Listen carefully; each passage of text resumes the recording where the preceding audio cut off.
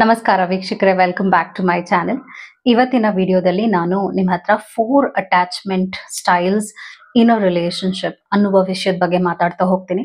ಇದು ನಿಮ್ಗೆ ಖಂಡಿತವಾಗ್ಲೂ ಉಪಯೋಗ ಆಗುತ್ತೆ. ಯಾಕೆ ಹೇಳ್ತಾ ಇದ್ದೀನಿ ಅಂದ್ರೆ, ನೀವ್ ಈ ತರದ ಒಂದು ಅಟ್ಯಾಚ್ಮೆಂಟ್ ಸ್ಟೈಲ್ಗೆ ಒಳಗಾಗಿರ್ಬೋದು, ಅಂದ್ರೆ ನೀವೇ ಹೀಗೆ ನಡ್ಕೊಳ್ತಾ ಇರ್ಬೋದು, ಅಥವಾ ಈ ತರದ ವ್ಯಕ್ತಿಗಳನ್ನ ನಿಮ್ಮ ಲೈಫ್ ನಲ್ಲಿ ನೀವು ಹ್ಯಾಂಡಲ್ ಮಾಡ್ತಿರ್ಬೋದು, ನಿಮ್ಗೆ ಗೊತ್ತಿರೋದಿಲ್ಲ.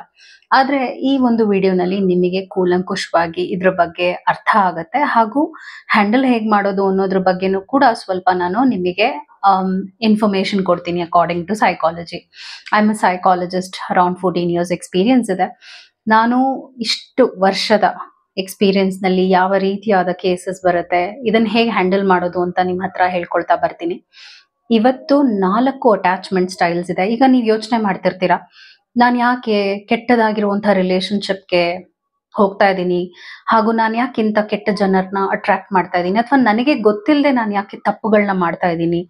ನಿಮಗೆ ನಿಮ್ಮ ಬಗ್ಗೆ ಒಂದು ಅರಿವು ಬರುತ್ತೆ, ಹಾಗೂ ನೀವು ಹ್ಯಾಂಡಲ್ ಮಾಡ್ತಾ ಇರುವಂತಹ ರಿಲೇಶನ್ಶಿಪ್ಸ್ ಬಗ್ಗೆ ಕೂಡ ನಿಮ್ಗೆ ಹೆಚ್ಚು ಮಾಹಿತಿ ಸಿಗುತ್ತೆ ಈ ಒಂದು ವಿಡಿಯೋನಲ್ಲಿ. ಚಾನೆಲ್ನ ಸಬ್ಸ್ಕ್ರೈಬ್ ಮಾಡಲಿಲ್ಲ ಅಂದ್ರೆ ದಯವಿಟ್ಟು ಸಬ್ಸ್ಕ್ರೈಬ್ ಮಾಡಿ, ಹಾಗೂ ನಿಮ್ಗೆ ಏನಾದರೂ individual counselling, tarot reading session ಬೇಕಿದೆ ಅಂದ್ರೆ ಡಿಸ್ಕ್ರಿಪ್ಷನ್ ಅಲ್ಲಿ ಕೊಟ್ಟಿರುವ ನಂಬರ್ಗೆ ಕಾಲ್ ಮಾಡಿ ಅಪಾಯಿಂಟ್ಮೆಂಟ್ ನ ಪಡಿಬೇಕಾಗತ್ತೆ. ಒಂದು ಫೋನ್ ಮುಖಾಂತರನಾದ್ರೂ ತಗೋಬಹುದು, ಅಥವಾ ನೀವು ಆಫೀಸ್ಗಾದ್ರೂ ಬಂದು ಪಡಿಬಹುದು. ನಿಮ್ಗೆ ಯಾವ್ದು ಅನುಕೂಲ ಅನ್ಸುತ್ತೆ ನೀವು ಮಾಡಿ. ಸೊ ಇಲ್ಲಿ ಇಮೋಷನಲ್ ಚಾಲೆಂಜಸ್ ಇರುತ್ತೆ ರಿಲೇಶನ್ಶಿಪ್ ನಲ್ಲಿ. ನೀವು ಯಾರ ಹತ್ರ ಆದ್ರೂ ಹ್ಯಾಂಡಲ್ ಮಾಡ್ತಾ ಇದ್ದೀವಿ, ಇದು ಒಂದು ಫ್ರೆಂಡ್ಶಿಪ್ ಆಗಿರಬಹುದು, ಅಥವಾ ನಿಮ್ಮ ಫ್ಯಾಮಿಲಿಲಿ ಇರುವಂತಹ ರಿಲೇಶನ್ಶಿಪ್ಸ್ ಆಗಿರಬಹುದು, ಅಥವಾ ನಿಮ್ಮ ರೊಮ್ಯಾಂಟಿಕ್ ಕನೆಕ್ಷನ್ಸ್ ಆಗಿರಬಹುದು. ನಿಮ್ಮ ಹಸ್ಬೆಂಡ್ ಜೊತೆ ರಿಲೇಶನ್ಶಿಪ್, ನಿಮ್ಮ ವೈಫ್ ಜೊತೆ ರಿಲೇಶನ್ಶಿಪ್ ಯಾಕೆ ಸರಿ ಹೋಗ್ತಾ ಇಲ್ಲ ಅನ್ನುವ ಒಂದು ಕ್ಲೂಲೆಸ್ ಆಗಿರುವಂತ ಕಂಡೀಷನ್ ಅಲ್ಲಿ ನೀವಿದ್ದೀರಾ ಅಂದ್ರೆ ಇದರಲ್ಲಿ ಖಂಡಿತವಾಗ್ಲೂ ನಿಮ್ಗೆ ಮಾಹಿತಿ ಸಿಗತ್ತೆ. ಹಾಗೂ ನೆಗೆಟಿವ್ ಎಕ್ಸ್ಪೀರಿಯನ್ಸಸ್ ಕೂಡ ಈ ಒಂದು ರಿಲೇಶನ್ಶಿಪ್ಸ್ ನಲ್ಲಿ ನೀವು ಅನುಭವಿಸ್ತಿರ್ತೀರಾ. ಒಂದು ಡಿಟ್ಯಾಚ್ಮೆಂಟ್ ಇರುತ್ತೆ, ಹಾಗೂ ಏನ್ ನಡೀತಾ ಇದೆ ಅನ್ನುವಂಥ ಅರಿವು ಇರೋದಿಲ್ಲ ಒಂದೊಂದ್ಸಲ ನಿಮಗೆ. ಮತ್ತೆ ಈ ಒಂದು ಕೆಟ್ಟ ರಿಲೇಶನ್ಶಿಪ್ಸ್ ಅಥವಾ ಈ ತರದೊಂದು ಅಟ್ಯಾಚ್ಮೆಂಟ್, ಒಂದು ಬಾಂಡಿಂಗ್ ಯಾಕೆ ಬೆಳೆಯುತ್ತೆ ಅಂದ್ರೆ, ಒಂದು ಅವರ ಪ್ಯಾರೆಂಟಿಂಗ್, ಅಂದ್ರೆ ಅವರು ಬಾಲ್ಯದಲ್ಲಿ ಅನುಭವಿಸಿರುವಂತಹ ಪ್ರಾಬ್ಲಮ್ಸ್ ಮೇರೆಗೂ ಕೂಡ ಅವ್ರು ಹೀಗೆ ವರ್ತಿಸ್ತಾ ಹೋಗ್ತಾರೆ. 4 ರೀತಿಯಾದ ಅಟ್ಯಾಚ್ಮೆಂಟ್ ಸ್ಟೈಲ್ಸ್ ಇದೆ. ಒಂದೇನಾಗುತ್ತೆ ಅಂದ್ರೆ ಆಂಕ್ಷಿಯಸ್ ಅಟ್ಯಾಚ್ಮೆಂಟ್. ಇದು ಬಾಲ್ಬೀಸ್ ಅಟ್ಯಾಚ್ಮೆಂಟ್ ಥಿಯರಿ ಅಂತ ಇದೆ. ಬಾಲ್ಬೀಸ್ ಅಟ್ಯಾಚ್ಮೆಂಟ್ ಥಿಯರಿ ಪ್ರಕಾರವಾಗಿ, ಈಸ್ ಅ ಸೈಕಾಲಜಿಸ್ಟ್, ಇವರ ಪ್ರಕಾರವಾಗಿ 4 ಅಟ್ಯಾಚ್ಮೆಂಟ್ಸ್ ಇದೆ. ಮೊದಲನೇ ಅಟ್ಯಾಚ್ಮೆಂಟ್ ಆಂಕ್ಷಿಯಸ್ ಅಟ್ಯಾಚ್ಮೆಂಟ್ ಆಗಿರುತ್ತೆ. ಎರಡನೇ ಅಟ್ಯಾಚ್ಮೆಂಟ್ ಅವಾಯ್ಡೆಂಟ್ ಅಟ್ಯಾಚ್ಮೆಂಟ್. ಮೂರನೇ ಅಟ್ಯಾಚ್ಮೆಂಟ್ ಡಿಸ್ಆರ್ಗನೈಸ್ಡ್ ಅಟ್ಯಾಚ್ಮೆಂಟ್. ನಾಲ್ಕನೆಯದು ಸೆಕ್ಯೂರ್ಡ್ ಅಟ್ಯಾಚ್ಮೆಂಟ್ ಆಗಿರುತ್ತೆ. ಸೊ ಇವಾಗ ಫಸ್ಟ್ ಅಟ್ಯಾಚ್ಮೆಂಟ್ ಬಗ್ಗೆ ನಾನು ನಿಮ್ಮ ಹತ್ರ ಮಾತಾಡ್ತಾ ಹೋಗ್ತೀನಿ. Anxious attachment. ಆಂಕ್ಷಿಯಸ್ ಅಟ್ಯಾಚ್ಮೆಂಟ್ ಅಂದ್ರೆ ಏನು, ಯಾವ ಒಂದು ಸಂದರ್ಭ ಅಂದ್ರೆ ಪ್ರಾಬ್ಲಮ್ಸ್ ಇರುತ್ತೆ ಈ ಒಂದು ರಿಲೇಶನ್ಶಿಪ್ ನಲ್ಲಿ, ನಿಮ್ಗೂ ಒಂದು ಅಷ್ಟು ಮಾಹಿತಿಗಳನ್ನ ಈ ಒಂದು ವಿಡಿಯೋನಲ್ಲಿ ನಾನು ಎಕ್ಸ್ಪ್ಲೇನ್ ಮಾಡ್ತಾ ಹೋಗ್ತೀನಿ. ಆಂಕ್ಷಿಯಸ್ ಅಟ್ಯಾಚ್ಮೆಂಟ್ ಅಂದ್ರೆ ನೆಗೆಟಿವ್ ಆಗಿರುವಂತಹ ಒಂದು ಎಕ್ಸ್ಪೀರಿಯನ್ಸಸ್ ನಿಮ್ಗೆ ಈ ವ್ಯಕ್ತಿಯಲ್ಲಿ ಆಗ್ತಾ ಇರತ್ತೆ, ಅಥವಾ ನೀವೇ ಹೀಗೆ ಇರಬಹುದು, ಈ ತರನು ಸಂದರ್ಭ ಬಂದಿರಬಹುದು. ಆಂಕ್ಷಿಯಸ್ ಅಟ್ಯಾಚ್ಮೆಂಟ್ ಅಲ್ಲಿ ಏನಾಗುತ್ತೆ ಅಂದ್ರೆ, ತೀರಾನೇ ಕಂಟ್ರೋಲ್ಡ್ ಸೆಟಪ್ ನಲ್ಲಿ ಇಂಥವ್ರು ಬೆಳೆದಿರ್ತಾರೆ. ಹಾಗೂ ಆಂಕ್ಷಿಯಸ್ ನಲ್ಲಿ ಏನಾಗುತ್ತೆ ಅಂದ್ರೆ, ಒಂದು ನೆಗ್ಲಿಜೆನ್ಸು ಇರಬಹುದು, ಅಥವಾ ಅತಿಯಾದ ಕೇರ್ ಕೂಡ ಇರಬಹುದು. ಒಂದು ರೀತಿಯಾದ ಫ್ಲೋ ಇರೋಲ್ಲ ಅವರ ಬಾಲ್ಯದಲ್ಲಿ, ಹಾಗೂ ಒಂದು ರೀತಿಯಾದ ಒಳ್ಳೆಯ ಬೆಳವಣಿಗೆ ಇರೋದಿಲ್ಲ, ಮತ್ತು ಫ್ಯಾಮಿಲಿಲಿ ಕಾನ್ಫ್ಲಿಕ್ಟ್ಸ್ ಜಾಸ್ತಿ ಇರುತ್ತೆ. ಇವ್ರಿಗೇನಾಗುತ್ತೆ ಅಂದ್ರೆ, ಇವ್ರ ಬಗ್ಗೆ ಇವ್ರಿಗೆ ಕಾನ್ಫಿಡೆನ್ಸ್ ಇರೋದಿಲ್ಲ, ಇವರು ಬೇರೆಯವರ ಮೇಲೆ ಅವಲಂಬಿತರಾಗಿರ್ತಾರೆ. ಹಾಗೂ ಅವರ ಪೇರೆಂಟ್ಸ್ ಕೂಡ ತುಂಬಾ ಓವರ್ ಪ್ರೊಟೆಕ್ಟಿವ್ ಆಗಿದ್ರೆ ಅವ್ರು ಹೀಗೆ ಆಂಕ್ಷಿಯಸ್ ಅಟ್ಯಾಚ್ಮೆಂಟ್ ಸ್ಟೈಲ್ ಪರ್ಸನಾಲಿಟಿನ ಬೆಳೆಸ್ಕೊಳ್ಳುವ ಹೈ ಚಾನ್ಸಸ್ ಇರುತ್ತೆ. ಅಂದ್ರೆ ನಿನ್ ಕೈಲಿ ಏನೂ ಆಗಲ್ಲ, ನಾನು ಮಾಡ್ತೀನಿ ಅಂತ ತುಂಬಾನೇ ಮಕ್ಕಳನ್ನ ಭಯದಲ್ಲೇ ಸಾಕಿರ್ತಾರೆ. ಅವ್ರಿಗೇನಾಗುತ್ತೆ ಅಂದ್ರೆ, ಏನ್ ಮಾಡೋದಕ್ಕೂ ಧೈರ್ಯ ಇರೋದಿಲ್ಲ.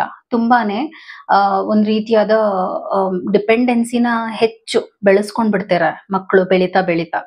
ಅವಾಗ ಏನಾಗುತ್ತೆ ಅಂದ್ರೆ, ಅವ್ರು ಏನಾದ್ರು ಮಾಡಿದ್ರು ಕೂಡ ಅವ್ರಿಗೆ ಸರಿ ಬಂತೋ ಇಲ್ವೋ ಅನ್ನುವುದು ಒಂದು ಯೋಚನೆ ಇರುತ್ತೆ. ತುಂಬಾ ನೋವಾಗ್ತಾ ಇರುತ್ತೆ ಅವ್ರ ಮನಸ್ಸಿನಲ್ಲಿ.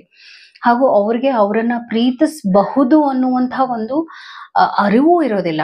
ಆ ತರ ಅವರು ಬೆಳೆದ್ ಬಂದಿರ್ತಾರೆ. ಇವರು ತುಂಬಾ ಕ್ಲಿಂಗಿ ಆಟಿಟ್ಯೂಡ್ ನ ಬೆಳೆಸ್ಕೊಂಡಿರ್ತಾರೆ. ಕ್ಲಿಂಗಿ ಅಂದ್ರೆ ಯಾರನ್ನಾದ್ರೂ ತುಂಬಾ ಬೇಗ ಹಚ್ಕೊಳ್ಳುವಂಥದ್ದು, ಹಾಗೂ ಯಾರಾದ್ರೂ ಒಂದ್ ಸ್ವಲ್ಪ ಒಳ್ಳೆ ಮಾತಾಡ್ಬಿಟ್ರೆ ಅವ್ರನ್ನ ಬಿಡದೇ ಇರುವಂಥದ್ದು, ಅವ್ರನ್ನ ಯಾವುದೇ ಕಾರಣಕ್ಕೂ ನಾನು ಬಿಡಕ್ ರೆಡಿ ಇಲ್ಲ ಅನ್ನುವಂಥದ್ದು. ಇಂಥವ್ರು ಒಂದು ಕೆಟ್ಟ ರಿಲೇಶನ್ಶಿಪ್ಸ್ಗೆ ಬೆಳೀತಾ ಬೆಳೀತಾ ಹೋಗ್ತಾರೆ. ಇವಾಗ ಏನಾಗುತ್ತೆ ಅಂದ್ರೆ ಅವರು ಪ್ರೀತಿಗೆ ಒಂದು ಸ್ಕೇರ್ಸಿಟಿ, ಅಂದ್ರೆ ಪ್ರೀತಿನ ಅವ್ರು ಅನುಭವಿಸಿಲ್ಲ ಅಂದ್ರೆ ಅವರ ಲೈಫ್ ನಲ್ಲಿ ಸರಿಯಾಗಿ ಅವ್ರ ಅಪ್ಪ ಅಮ್ಮ ನೋಡ್ಕೊಳ್ಳದೆ, ಅಥವಾ ನಾನು ಆಗ್ಲೇ ಹೇಳ್ದಾಗೆ ನೆಗ್ಲಿಜೆನ್ಸ್ ಅಲ್ಲಿ ಬೆಳೆಸಿದಾಗ ಮಕ್ಕಳಿಗೆ ಒಂದು ಭಯ ಹುಟ್ಟುತ್ತೆ. ಹಾಗೂ ಪ್ರೀತಿ ಅಂದ್ರೆ ಏನು ಅನ್ನುವಂಥ ಒಂದು ಮನಸ್ಥಿತಿನಲ್ಲಿರಲ್ಲ, ಅರ್ಥ ಮಾಡ್ಕೊಳ್ಳೋ ಮನಸ್ಥಿತಿನಲ್ಲಿರೋದಿಲ್ಲ. ಹಾಗೂ ಏನೋ ಬಾಲ್ಯದಲ್ಲಿ ಅಪ್ಪ ಅಮ್ಮನ ಕಳ್ಕೊಂಡ್ ಬಿಟ್ಟಿದ್ರೆ, ಅಥವಾ ಅವರು ಇವ್ರನ್ನ ಬಿಟ್ಟು ಹೋಗ್ಬಿಟ್ಟಿದ್ರೆ, ಅಥವಾ ಅನಾಥರಾಗಿದ್ರು ಕೂಡ ಈ ತರದೊಂದಷ್ಟು ಇಶ್ಯೂಸ್ ಅವ್ರಿಗೆ ಗೊತ್ತಿಲ್ಲದ ಹಾಗೆ ಬೆಳೆಯುತ್ತೆ. ಮತ್ತು ತೀರಾ ಬೇಗ ಯಾರನ್ನಾದ್ರೂ ಹಚ್ಕೊಂಡ್ ಬಿಡ್ತಾರೆ. ಅದರಿಂದ ಆಚೆ ಬರೋಕ್ಕೆ ತುಂಬಾ ಕಷ್ಟ ಪಡ್ತಾ ಹೋಗ್ತಾರೆ. ಮತ್ತೆ ಇವ್ರಿಗೆ ಫಿಯರ್ ಆಫ್ ಅಬಾಂಡನ್ಮೆಂಟ್ ಇದೆ. ಫಿಯರ್ ಆಫ್ ಅಬಾಂಡನ್ಮೆಂಟ್ ಅಂದ್ರೆ ನನ್ನನ್ನು ಯಾರಾದ್ರೂ ಬಿಟ್ಟು ಹೋಗ್ಬಿಡ್ತಾರೇನೋ, ಏನೋ ಈಗ ನಿಮ್ ಫ್ರೆಂಡ್ ನಿಮ್ಮ ಹತ್ರ ಮಾತಾಡ್ಲಿಲ್ಲ ಅಂದ್ರೆ ಅಯ್ಯೋ ನನ್ನ ಫ್ರೆಂಡ್ ನನ್ನಂದ್ರೆ ಇಷ್ಟ ಇಲ್ವೇನೋ ಅಂತ ಯೋಚನೆ ಮಾಡೋದು. ಅಥವಾ ಯಾರೋ ಯಾವ್ದೋ ಕಾರಣಕ್ಕೆ ನಿಮ್ಗೆ ಏನೋ ಒಂದ್ ಹೇಳ್ತಾರೆ, ಓ ನೀನ್ ನನ್ಗೆ ಬೇಕು ಅಂತಾನೆ ಈ ತರ ಚುಚ್ ಮಾತಾಡ್ತಾ ಇದೀಯಾ ಅಂದ್ರೆ ಎಲ್ಲ ವಿಷಯನೂ ತುಂಬಾ ಪರ್ಸನಲ್ ಆಗಿ ತಗೊಳ್ತಾ ಹೋಗ್ತಾರೆ. ಅವಾಗ ಬೇರೆಯವ್ರಿಗೆ ಅದು ಕಿರಿಕಿರಿ ಉಂಟಾಗುತ್ತೆ. ಏನ್ ಮಾತಾಡ್ಬೇಕು ಅನ್ನುವಂಥ ಒಂದು ಆ ತಳಮಳದಲ್ಲಿ ಉಳಿತಾರೆ. ಅದರಿಂದಾನೇ ಸ್ವಲ್ಪ ಬೌಂಡ್ರೀಸ್ನ ಅಥವಾ ಅವರು ದೂರ ಆಗ್ತಾರೆ ಈ ಒಂದು ಆಂಕ್ಷಿಯಸ್ ಅಟ್ಯಾಚ್ಮೆಂಟ್ ನ ಬೆಳೆಸ್ಕೊಳ್ತಾ ಇರುವಂತ ವ್ಯಕ್ತಿಗಳಿಂದ. ಮತ್ತೆ ಅವರು ಏನೇ ಪ್ರಾಬ್ಲಮ್ ಆಗಿದ್ರು ಕೂಡ ಫಿಕ್ಸ್ ಮಾಡ್ಕೊಂತೀನಿ ನಾನು, ಹಠ ಇರುತ್ತೆ. ನಾನು ಆಗ್ಲೇ ಹೇಳ್ದಾಗೆ ತುಂಬಾ ದ್ವೇಷಿಸ್ತಾ ಇದ್ರು ಕೂಡ ಅವರ ಲೈಫ್ ನಲ್ಲಿ ಯಾರಾದ್ರೂ ಅವ್ರನ್ನೂ ಪಡ್ಕೋಬೇಕು ಅನ್ನುವಂತ ಹಠ ಬರುತ್ತೆ. ಮತ್ತೆ ಇಂಥವ್ರು ಒಂದು ಟಾಕ್ಸಿಕ್ ರಿಲೇಶನ್ಶಿಪ್ ಯಾಕೆ ಹೋಗ್ತಾರೆ ಅಂದ್ರೆ, ಮೊದಲು ಏನಾದ್ರೂ ಅವರು ಪ್ರೀತಿನ ಆ ವ್ಯಕ್ತಿಯಲ್ಲಿ ನೋಡಿದ್ರೆ, ತುಂಬಾ ಒಳ್ಳೆಯ ಅಟೆನ್ಷನ್ ಆ ವ್ಯಕ್ತಿ ಕೊಟ್ಟಿದ್ರೆ, ಸಡನ್ ಆಗಿ ಅವರು ತುಂಬಾ ಇಲ್ ಟ್ರೀಟ್ಮೆಂಟ್ ಮಾಡಿದ್ರೆ ಅದನ್ನು ಕೂಡ ಸಹಿಸ್ಕೊಳ್ತಾರೆ. ಅಬ್ಯೂಸ್ ಮಾಡಿದ್ರು ಸಹಿಸ್ಕೊಳ್ತಾರೆ, ಮಾನಸಿಕವಾಗಿ ನೋಯಿಸಿದ್ರು ಸಹಿಸ್ಕೊಳ್ತಾರೆ. ಯಾಕೆಂದ್ರೆ ಇವತ್ತಲ್ಲ ನಾಳೆ ಇವರು ಸರಿ ಹೋಗ್ತಾರೆ, ನಾನ್ ಸರಿ ಮಾಡ್ತೀನಿ. ಯಾಕೆಂದ್ರೆ ಇವ್ರು ಒಂಥರ ಫಿಕ್ಸ್ ಮಾಡುವಂತ ಆಟಿಟ್ಯೂಡ್ ನ ಬೆಳೆಸ್ಕೊಂಡಿರ್ತಾರೆ. ನಾನು ಏನೇ ಪ್ರಾಬ್ಲಮ್ ಆದ್ರೂ ನಾನು ಫಿಕ್ಸ್ ಮಾಡ್ತೀನಿ ಅನ್ನುವಂಥ ಒಂದು ಯೋಚನೆಗೆ ಒಳಗಾಗಿರ್ತಾರೆ. ಅದರಿಂದ ಇವ್ರು ಏನನ್ನು ಈಸಿಯಾಗಿ ಬಿಟ್ಕೊಡೋದಿಲ್ಲ, ಅದು ಒಂದು ಪ್ರಾಬ್ಲಮ್ ಆಗುತ್ತೆ. ಸೊ ಇಂಥವ್ರಿಗೆ ಏನಾಗುತ್ತೆ ಅಂದ್ರೆ ಜನರು ಮಿಸ್ಯೂಸ್ ಮಾಡ್ಕೋಬಹುದು.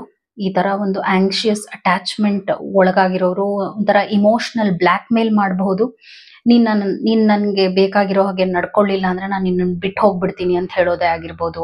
ನೀನ್ ಈ ತರ ಎಲ್ಲ ಆಡಿದ್ರೆ ನಂಗೆ ನಿನ್ನ ಹತ್ರ ಮಾತಾಡೋಕ್ಕೂ ಇಷ್ಟ ಆಗಲ್ಲ ಅಂತ ಹೇಳೋದಾಗಿರ್ಬೋದು. ಈಗೆಲ್ಲ ಟ್ರೀಟ್ ಮಾಡಿದಾಗ ಅವರು ಒಂದು ತಾಳಕ್ಕೆ ಕುಣಿತಾ ಹೋಗ್ತಾರೆ, ಬೇರೆಯವರ ತಾಳಕ್ಕೆ ಕುಣಿತಾ ಹೋಗ್ತಾರೆ. ಏಕೆಂದ್ರೆ ಅವ್ರಿಗೆ ಅವ್ರದೇ ಆದ ಒಂದು ಸ್ವಂತದ್ದು ಯೋಚನೆ ಇರೋದಿಲ್ಲ, ಹಾಗೂ ಸ್ವಂತದಿಂದ ಬರುವಂತ ಆಲೋಚನೆಗಳೇ ಆಗಿರ್ಬೋದು, ಅಭಿಪ್ರಾಯಗಳೇ ಆಗಿರ್ಬೋದು ಸ್ಟ್ರಾಂಗ್ ಆಗಿರೋದಿಲ್ಲ. ಯಾಕಂದ್ರೆ ಅವರ ಬಗ್ಗೆ ಅವ್ರಿಗೆ ಕಾನ್ಫಿಡೆನ್ಸ್ ಕಮ್ಮಿ ಇರುತ್ತೆ.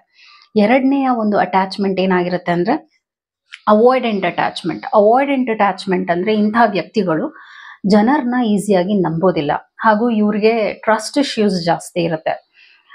ಮತ್ತು ಇವ್ರಿಗೆ ಏನಾದ್ರೂ ಒಂದ್ ಚಿಕ್ಕ ವಿಷಯ ಆದ್ರೆ, ಬೇರೆಯವರಿಂದ ಏನೋ ಒಂದ್ ಚಿಕ್ಕ ಕಹಿ ಆಗಿರುವಂತ ಅನುಭವ ಆದ್ರೆ ತುಂಬಾ ಬೇಗ ಜಡ್ಜ್ ಮಾಡ್ಬಿಡ್ತಾರೆ. ಅಂದ್ರೆ ನನಗ್ ಗೊತ್ತು ಇವ್ರು ಈ ತರನೇ ಮಾತಾಡ್ತಾರೆ, ಈ ತರನೇ ನಡ್ಕೊಳ್ತಾರೆ ಅಂತ, ನನಗ್ ಗೊತ್ತು ಇವ್ರು ಹೀಗೆ ಮೋಸ ಮಾಡಿ ಹೋಗ್ತಾರೆ ಅಂತ ಹೇಳುವಂಥದ್ದು. ಹಾಗೂ ಮನುಷ್ಯರನ್ನ ಮನುಷ್ಯರ ತರ ನೋಡೋದಿಲ್ಲ ಇವರು, ಮನುಷ್ಯರನ್ನ ದೇವರ ತರ ಪರ್ಫೆಕ್ಟ್ ಆಗಿರ್ಬೇಕು. ಇವರು ಒಂದ್ ಸ್ವಲ್ಪ ಅಲ್ಲ, ಅತಿಯಾದ ಪರ್ಫೆಕ್ಷನಿಸ್ಟ್ ಆಟಿಟ್ಯೂಡ್ ನ ಬೆಳೆಸ್ಕೊಂಡಿರ್ತಾರೆ. ಏನಾದ್ರೂ ಸಣ್ಣ ವಿಷಯ ರಿಲೇಶನ್ಶಿಪ್ ನಲ್ಲಾದ್ರೂ ಕೂಡ ಇವರು ಅವಾಯ್ಡ್ ಮಾಡ್ಬಿಡ್ತಾರೆ, ಅಂದ್ರೆ ಅಬಾಂಡನ್ ಮಾಡ್ಬಿಡ್ತಾರೆ. ಅಂದ್ರೆ ಇವ್ರು ಬಿಟ್ಟು ಹೋಗ್ಬಿಡ್ತಾರೆ ಜನರನ್ನ ಈಸಿಯಾಗಿ. ಹಾಗೂ ಇವರು ಜನರಿಂದ ದೂರ ಇರೋದೇ ಬೆಸ್ಟ್ ಸೊಲ್ಯೂಷನ್ ಅನ್ಕೊಳ್ತಾರೆ. ಬಿಟ್ರೆ ಇವ್ರಿಗೆ ಜನರಿಂದ ಇದ್ದು ನನ್ನ ಪ್ರಾಬ್ಲಮ್ ನ ಸರಿ ಮಾಡ್ಕೋಬೇಕು ಅನ್ನುವಂಥದ್ದಿರಲ್ಲ. ಹಾಗೂ ಇವ್ರಿಗೆ ಇನ್ನೊಂದು ಸುಪೀರಿಯಾರಿಟಿ ಕಾಂಪ್ಲೆಕ್ಸ್ ಜಾಸ್ತಿ ಇರುತ್ತೆ, ಅವಾಯ್ಡೆಂಟ್ ಪರ್ಸನಾಲಿಟಿ ಅವ್ರಿಗೆ. ಅಂದ್ರೆ ಯಾವತ್ತೂ ನಾನು ತಪ್ಪು ಮಾಡೋದೇ ಇಲ್ಲ, ಹಾಗೂ ನನಗ್ ಮೋಸ ಮಾಡಿದ್ರು ಅಂದ್ರೆ ನಾನು ಅವ್ರನ್ನ ಬಿಡೋದಿಲ್ಲ, ಆ ತರ ಒಂದು ಯೋಚನೆ ಇರುತ್ತೆ. ಇವರು ತುಂಬಾ ಜಿದ್ದನ್ನ ಸಾಧಿಸ್ತಾರೆ, ಹಾಗೂ ಮನಸ್ಸಿನಲ್ಲೇ ಇಟ್ಕೊಂಡು ಕೊರಗುತ್ತಾ ಇರ್ತಾರೆ. ನೀವೇನೋ ಇವತ್ತು ಒಂದು ಮಾತಾಡಿರ್ಬೋದು, ಆ ಇವತ್ತು ಮಾತಾಡಿರೋ ಮಾತನ್ನು ಕೂಡ ಅವ್ರು 1 ವರ್ಷ ಆದ್ರೂ ಮರ್ತಿರೋದಿಲ್ಲ. ಆ ತರ ಇವರು ಅವಾಯ್ಡೆಂಟ್ ಪರ್ಸನಾಲಿಟಿ, ಅಂದ್ರೆ ಅವಾಯ್ಡೆಂಟ್ ಇಶ್ಯೂಸ್ ನ ಇವ್ರು ಬೆಳೆಸ್ಕೊಳ್ತಾರೆ. ಅಂದ್ರೆ ಜನರಿಂದ ದೂರ ಇರೋದೇ ಸೊಲ್ಯೂಷನ್ ಅನ್ನುವಂಥ ಒಂದು ಯೋಚನೆಲೇ ಇರ್ತಾರೆ. ಅದಾದ ನಂತರ ಇವರು ಅವರ ಬಗ್ಗೆ ಪಾಸಿಟಿವ್ ಆಗಿರ್ತಾರೆ, ಬೇರೆಯವ್ರ ಬಗ್ಗೆ ನೆಗೆಟಿವ್ ಆಗಿರ್ತಾರೆ.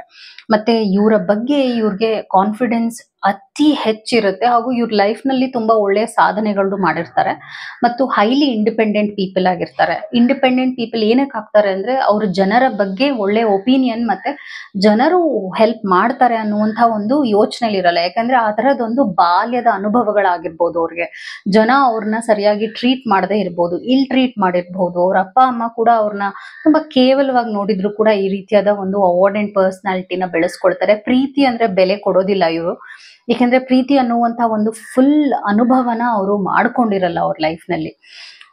ಹಾಗೂ ಇಫ್ ಎನಿ ಒನ್ ಕಮ್ಸ್, ಏನಾದ್ರೂ ಒಂದು ಅವ್ರ ಕಡೆಯಿಂದ ಒಂದು ಇಮೋಷನಲ್, ಸೊ ಏನಾದ್ರೂ ಬೇರೆಯವ್ರಿಗೆ ಇವರಿಂದ ಒಂದು ಸಪೋರ್ಟ್ ಬೇಕಿದೆ, ಇವರಿಂದ ಏನೋ ಒಂದು ಹೆಲ್ಪ್ ಬೇಕಿದೆ, ಒಂದು ಇಮೋಷನಲ್ ಆಗಿರುವಂತಹ ಒಂದು ಅಟ್ಯಾಚ್ಮೆಂಟ್ ಬೆಳೆಸ್ಕೊಳ್ತಾ ಇದಾರೆ ಅಂದ ತಕ್ಷಣ ಅವ್ರಿಗೆ ಅದು ಇಷ್ಟ ಆಗೋದಿಲ್ಲ, ಸಡನ್ ಆಗಿ ದೂರ ಆಗ್ಬಿಡ್ತಾರೆ. ಇಂತಹ ವ್ಯಕ್ತಿಗಳು ಈಸಿಯಾಗಿ ಬ್ಲಾಕ್ ಮಾಡುವಂಥದ್ದು, ನೋ ಕಾಂಟ್ಯಾಕ್ಟ್ ಇಟ್ಕೊಳ್ಳುವಂಥದ್ದು, ಹಾಗೂ ಜನರಂದ್ರೆ ಅಲರ್ಜಿ ಅನ್ನೋ ಹಾಗೆ ನಡ್ಕೊಳ್ಳುವಂಥದ್ದು, ಏನೋ ಒಂದು ಸಣ್ಣ ವಿಷಯವನ್ನು ಮಾನಸಿಕವಾಗಿ ಇಟ್ಕೊಂಡು ಅದ್ರ ಮೇಲೆ ಜಿದ್ದು ಸಾಧಿಸಿ ಕಂಪ್ಲೀಟ್ ಆಗಿ ಮಾತು ಬಿಟ್ಬಿಡೋದು, ಇಂಥದ್ದೆಲ್ಲ ನಡ್ಕೊಳ್ತಾ ಹೋಗುತ್ತೆ.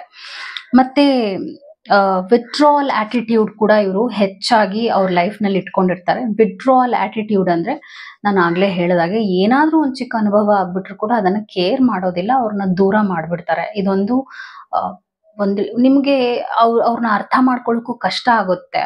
ಮತ್ತೆ ನಾನು ಆಗ್ಲೇ ಹೇಳಿದಾಗೆ ಮನುಷ್ಯರು ಅಂದ್ರೆ ತಪ್ಪುಗಳನ್ನ ಮಾಡ್ತೀವಿ, ಆದ್ರೆ ಇವರು ತಪ್ಪು ಮಾಡಿದ್ರು ಕೂಡ ಅದನ್ನ ಸರಿ ಅಂತಾನೆ ವಾದಿಸ್ತಾರೆ, ಹಾಗೂ ಯಾವತ್ತೂ ಅವರು ಅವರ ತಪ್ಪುಗಳನ್ನ ಒಪ್ಕೊಳ್ಳದೆ ಇರುವಂತವ್ರು ಆಗಿರ್ತಾರೆ. ಸೊ ಇವ್ರಿಗೆ ರಿಲೇಶನ್ಶಿಪ್ಸ್ ಪ್ರಾಬ್ಲಮ್ಸ್ ಜಾಸ್ತಿನೇ ಇರುತ್ತೆ ಅವ್ರ ಲೈಫ್ ನಲ್ಲಿ. ನೆಕ್ಸ್ಟ್ ಇರುವಂತಹ ಒಂದು ಅಟ್ಯಾಚ್ಮೆಂಟ್ ಸ್ಟೈಲ್ ಏನಾಗುತ್ತೆ ಅಂದ್ರೆ ಡಿಸ್ಆರ್ಗನೈಸ್ಡ್ ಅಟ್ಯಾಚ್ಮೆಂಟ್ ಸ್ಟೈಲ್ ಅಂತ ಹೇಳ್ತೀವಿ. ಡಿಸ್ಆರ್ಗನೈಸ್ಡ್ ಅಂದ್ರೆ ಏನು? ಇವರಲ್ಲಿ ಬೋತ್ ಆಟಿಟ್ಯೂಡ್ ಇರುತ್ತೆ, ಆಂಕ್ಷಿಯಸ್ ಆಗೂ ಇರ್ತಾರೆ ಮತ್ತೆ ಅವಾಯ್ಡೆಂಟ್ ಆಗೂ ಇರ್ತಾರೆ, ಹಾಗೂ ಮಿಕ್ಸ್ಡ್ ಸಿಗ್ನಲ್ಸ್ನ ಇವ್ರು ಜಾಸ್ತಿ ಕೊಡ್ತಾರೆ. ಕನ್ಫ್ಯೂಸ್ಡ್ ಪೀಪಲ್ ಅಂತ ಇವ್ರನ್ನ ನಾವು ಹೇಳ್ತೀವಿ. ಮೂರನೇ ಕ್ಯಾಟಗರಿ ಅವ್ರನ್ನ ಡಿಸ್ಆರ್ಗನೈಸ್ಡ್ ಪೀಪಲ್ನ.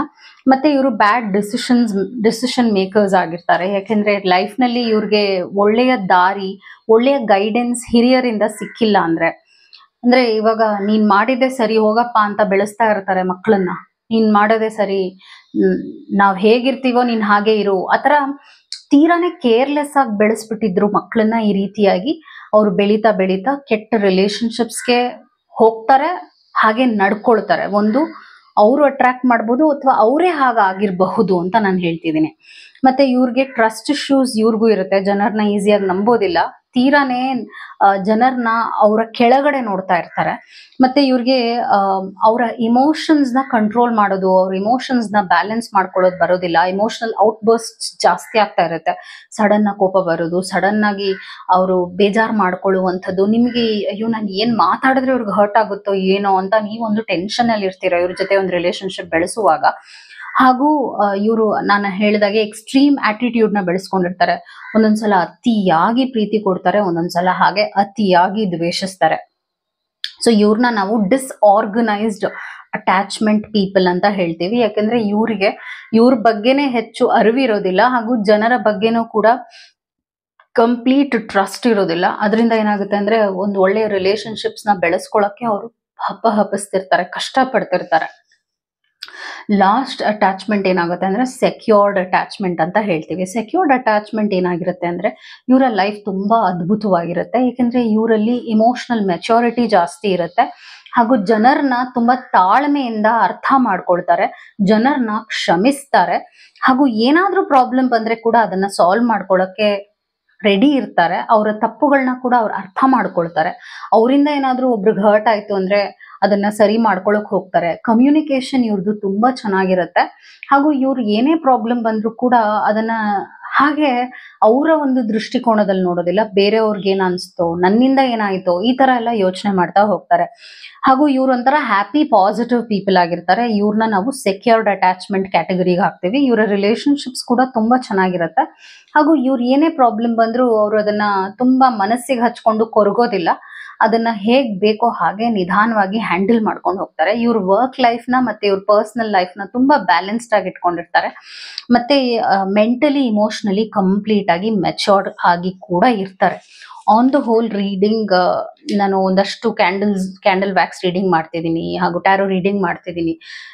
ಸೊ ನಿಮಗೂ ನಾನು ಹೇಳುವಂತ ವಿಷಯಗಳು ಅರ್ಥ ಆಗ್ತಾ ಇದೆ ಅಂದ್ರೆ ನೀವು ಈ ತರದ್ ಏನಾದ್ರು ಅಟ್ಯಾಚ್ಮೆಂಟ್ ಸ್ಟೈಲ್ ಅಲ್ಲಿ ಇದ್ದೀರಾ, ಅಥವಾ ನಿಮ್ ಕಡೆಯಿಂದ ಏನಾದ್ರು ಪ್ರಾಬ್ಲಮ್ಸ್ ಇದೆಯಾ, ಅಥವಾ ಬೇರೆ ಅವ್ರನ್ನ ನಿಮ್ಮ ಲೈಫ್ ನಲ್ಲಿ ಈ ತರ ಅವಾಯ್ಡೆಂಟ್ ಅಟ್ಯಾಚ್ಮೆಂಟ್ ಇರ್ಬೋದು, ಆಂಕ್ಷಿಯಸ್ ಅಟ್ಯಾಚ್ಮೆಂಟ್ ಪೀಪಲ್ ಇರ್ಬೋದು, ಇಂಥವ್ರನ್ನ ಏನಾದ್ರು ನಿಮ್ ಲೈಫ್ ನಲ್ಲಿ ಅಟ್ರಾಕ್ಟ್ ಮಾಡ್ತಾ ಇದೀರಾ ಅಂತ ನೀವು ಯೋಚನೆ ಮಾಡ್ಬೇಕಾಗತ್ತೆ. ಒಂದೇನಾಗುತ್ತೆ ಅಂದ್ರೆ ನಿಮ್ಗೆ ಯಾವಾಗ ಇದು ಈ ಎಲ್ಲ ಪ್ರಾಬ್ಲಮ್ ಇದೆ ಅಂದ್ರೆ ಅದನ್ನ ಸರಿ ಮಾಡ್ಕೋಬೇಕಾಗತ್ತೆ. ಇಷ್ಟು ನಾನು ಹೇಳಿದ್ರಲ್ಲಿ ನಿಮ್ಮಲ್ಲಿ ಏನಾದ್ರೂ ಆ ತರದ್ ಒಂದು ವಿಚಾರ ಇದೆ ಅಂದ್ರೆ, ಒಂದು ನೀವು ಜನರ ಸುತ್ತಾನೆ ಈ ಪ್ರಾಬ್ಲಮ್ ನ ಸಾಲ್ವ್ ಮಾಡ್ಕೋಬೇಕಾಗತ್ತೆ. ನಿಮ್ಮನ್ನೇನ್ ಹಿಮಾಲಯಕ್ಕೆ ಹೋಗಿ ಸರಿ ಮಾಡ್ಕೊಳ್ಳಿ ಅಂತ ಹೇಳ್ತಾ ಇಲ್ಲ ನಾನು. ನಿಮ್ಮಲ್ಲಿರುವಂತ ಪ್ರಾಬ್ಲಮ್ ನ ಅರ್ಥ ಮಾಡ್ಕೊಂಡು ನೀವು ಸರಿ ಹೋದಾಗ ನಿಮ್ಮ ರಿಲೇಶನ್ಶಿಪ್ಸ್ ಕೂಡ ತಕ್ಕ ಮಟ್ಟಿಗೆ ಸರಿ ಹೋಗುತ್ತೆ. I hope this video was helpful. Take care. ನಮಸ್ಕಾರ. Thank you.